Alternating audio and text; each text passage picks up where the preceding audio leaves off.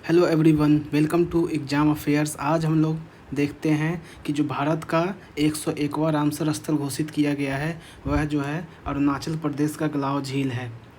जैसा कि आपको पता है 3 अगस्त 2026 को जो है अरुणाचल प्रदेश के गलाव झील को जो है भारत का 101वां रामसर स्थल घोषित किया गया।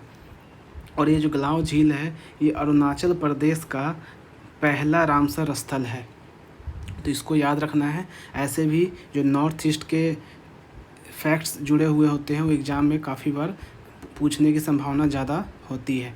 इसलिए अब देखते हैं जो रामसर स्थल है 2014 में जो रामसर स्थलों की संख्या है भारत में वो केवल 26 थी, जो कि अब वर्तमान में 3 अगस्त 2026 तक इसकी संख्या 101 हो गई है।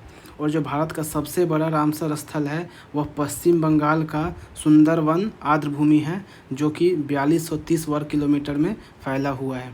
और भारत का सबसे छोटा रामसर स्थल जो है वह हिमाचल प्रदेश का रेणुका झील है और तथा तमिलनाडु का बेम्बलुरु आर्द्रभूमि कॉम्प्लेक्स है।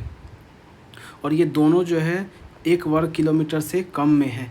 तो जब भी एग्ज़ाम में अगर ऑप्शन में कोई एक ही आएगा, या तो हिमाचल प्रदेश का रेणुका झील आएगा या तो बेम्बलुरु आएगा, तो कोई एक आप उसमें टिक करेंगे। अब देखते हैं भारत का सबसे पुराना रामसर स्थल कौन सा है।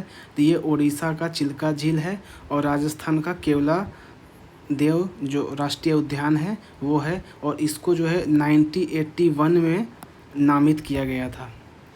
अब हम कुछ फैक्ट्स रामसर स्थल के बारे में देखते हैं। जो ये रामसर स्थल है यह एक आर्द्रभूमि होता है जिसे रामसर कन्वेंशन के तहत अंतर्राष्ट्रीय महत्व का माना जाता है, जो आर्द्रभूमि कन्वेंशन के नाम से जाना जाता है। इसका जो है अंतर्राष्ट्रीय पर्यावरण संधि जो है 2 फरवरी 1971 को ईरान के रामसर में यूनेस्को की देखरेख में हस्ताक्षर किए गए।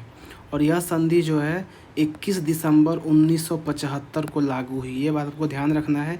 ये जो कन्वेंशन है वो साइन तो हो गया, बन तो गया था 2 फरवरी 1971 को, परंतु यह संधि जो लागू हुई वो 21 दिसंबर 1975 को, जब कुछ देशों ने इसे, पर्याप्त संख्या में जो देशों ने इसको मंजूरी दी थी। और हम देखते हैं कि भारत ने 1 फरवरी 1982 को जो है रामसर कन्वेंशन में शामिल होने की मंजूरी दी। और जो चिल्का झील और केवलादेव राष्ट्रीय उद्यान है यह देश के पहले स्थल थे जिन्हें 1 अक्टूबर 1981 को सूची में शामिल किया गया। अब हम देखते हैं मॉन्ट्रेक्स रिकॉर्ड, इसी से जुड़ा हुआ है। जो रामसर कन्वेंशन के अंतर्गत आने वाले आर्द्रभूमि स्थल है जो मानवीय या अन्य कारणों से महत्वपूर्ण पारिस्थितिकी बदलाव का सामना कर रहे हैं उन्हें मॉन्ट्रेक्स रिकॉर्ड में दर्ज किया जाता है। और इसे 1990 में स्विट्ज़रलैंड के मॉन्ट्रो के में रामसर कन्वेंशन की एक बैठक के दौरान अपनाया गया था, इसलिए इसका नाम मॉन्ट्रेक्स रिकॉर्ड रखा गया है। अब हम देखते हैं कि जो मॉन्ट्रेक्स रिकॉर्ड है उसमें भारत के कौन कौन से साइट्स हैं। तो भारत के केवल 2 साइट्स हैं, उनको जो है मॉन्ट्रेक्स रिकॉर्ड में शामिल किया गया है। पहला है केवलादेव और दूसरा है लोकटक झील मणिपुर। और ये जो केवलादेव है ये राजस्थान में है। जो केवलादेव है उसको क्यों शामिल किया गया है, क्योंकि जल की कमी के कारण असंतुलित चराई इसमें समस्या हो गई है। और जो लोकटक झील है यह मानव जनित परिवर्तनों और प्रदूषण जैसे कारणों से प्रभावित है। और ये कब केवलादेव जो है मॉन्ट्रेक्स रिकॉर्ड में 1990 में शामिल किया गया, जबकि लोकटक झील जो है वो 1993 में शामिल किया गया। ये आपको अच्छे से याद रखना है, क्योंकि हो सकता है कि रामसर साइट्स ना पूछा जाए और आपको इससे संबंधित है मॉन्ट्रेक्स रिकॉर्ड वो पूछ दिया जाए एज अ जीएस सब्जेक्ट, वो करंट अफेयर में तो आ ही सकता है। अब हम देखते हैं कि हाल फिलहाल में 2026 में कौन कौन से जो रामसर साइट्स हैं उनको मान्यता मिली है। तो जो अभी हमने देखा कि 101वां है गलाव झील, उससे पहले 100 जो 100वां है वो था जयप्रकाश नारायण पक्षी अभयारण्य, जो कि उत्तर प्रदेश में है और इसको भी 2026 में मान्यता प्राप्त मिली। जो 99वां है वो शेखा झील पक्षी अभयारण्य है, ये भी उत्तर प्रदेश में है और इसको भी 2026 में मान्यता प्राप्त मिली। और 98वां है वह छारी घांग है, जो कि कच्छ गुजरात में है और इसको भी 2026 में मान्यता प्राप्त मिली।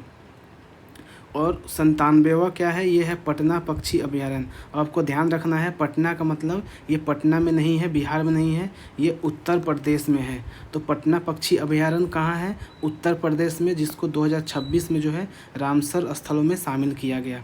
अब हम देख लेते हैं कुछ और जो भारत के बड़े रामसर स्थल है, कुछ छोटे रामसर स्थल है। क्योंकि कई बार क्या होता है, जो सबसे बड़ा है वो अब नहीं पूछ के उससे ऑप्शन में वो हटा के कोई और पूछ देता है कि इसमें से कौन सा सबसे बड़ा है या इनमें से कौन सा सबसे छोटा है। तो आपको याद रखना है, सुंदरवन तो सबसे बड़ा है जो कि पश्चिम बंगाल में है। उसके बाद दूसरे नंबर पे सबसे बड़े में कजुवेली पक्षी अभयारण्य है जो कि तमिलनाडु में है और इसका क्षेत्रफल 1513 वर्ग किलोमीटर है। उसके बाद तीसरा जो है वेम्बनाड कोल आर्द्रभूमि है जो कि केरल में है। चौथा जो है चिल्का झील है जो कि उड़ीसा में है। और पांचवा जो है सतकोसिया घाटी है, ये भी उड़ीसा में है। और छठा जो है कोलेरू झील है और यह आंध्र प्रदेश में है। अब हम देखते हैं भारत के सबसे छोटे रामसर स्थल। जो सबसे छोटे रामसर स्थल है उसमें पहला है रेणुका और दूसरा है वेम्बनूर आर्द्रभूमि जो कि तमिलनाडु में है और रेणुका जो है हिमाचल प्रदेश में है। और तीसरा जो है वेंदथंगल बीएस है जो कि तमिलनाडु में है। चौथा जो है नांडा झील है जो कि गोवा में है।